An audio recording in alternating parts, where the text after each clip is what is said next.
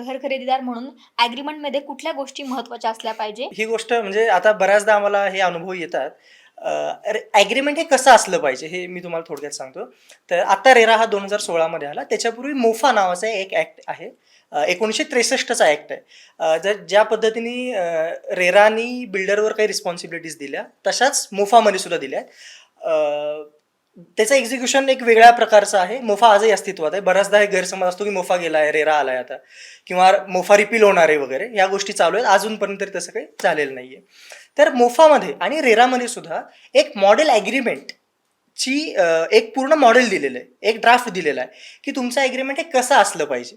आता सामान्य माणसाला लिगल टर्मिनॉलॉजी कळत नाही, तर तो काय करू शकतो, एकतर तुम्ही लिगल एक्सपर्टकडे डायरेक्ट जाऊ शकता, किंवा हे जे मॉडेल ड्राफ्ट आहेत हे तुम्हाला इंटरनेटवर अवेलेबल आहेत. ते ड्राफ्ट आणि तुम्हाला बिल्डरने दिलेला ड्राफ्ट हा तुम्ही मॅच करून बघितला पाहिजे.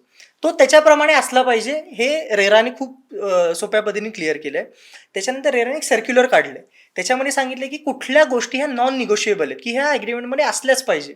तुम्हाला पोझिशन कधी मिळणार आहे ही डेट स्पेसिफिकली असली पाहिजे. त्याच्यामध्ये किती कार्पेट एरिया तुम्हाला मिळणार आहे. बऱ्याचदा बिल्डर हे बिल्टअप एरियावर विकतात, सुपर बिल्टअप एरियावर विकतात.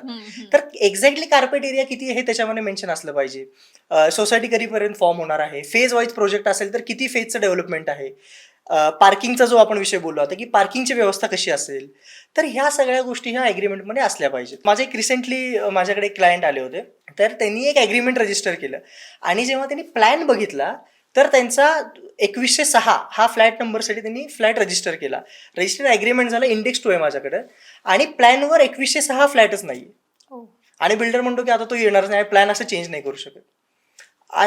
अशी घटना घडली. म्हणजे 2-3 दिवसांपूर्वी आले तुम्ही माझ्याकडे. किंवा एक माझ्याकडं असे क्लायंट आले होते ज्यांच्या ॲग्रीमेंटमध्ये असं लिहिलं होतं की फॉर एक्झाम्पल XYZ सोसायटी आहे, त्याच्या बाहेर जाणारा 24 फुटी रोड आहे, तर त्या रोडच्या मेंटेनन्समध्ये ह्यांनी कॉन्ट्रीब्यूट करायचं.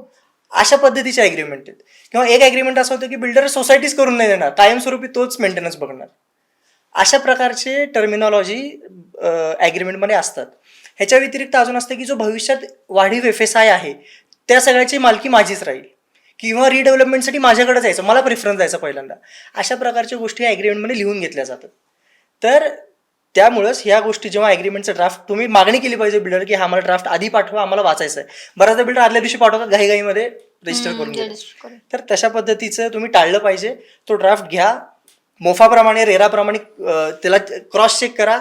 तुम्हाला वेळ नसेल, जमत नसेल, माहिती नसेल, लिगल एक्सपर्टकडे जा, त्यांच्याकडून तपासून घ्या आणि मगच पुढे तुम्ही गेलं पाहिजे.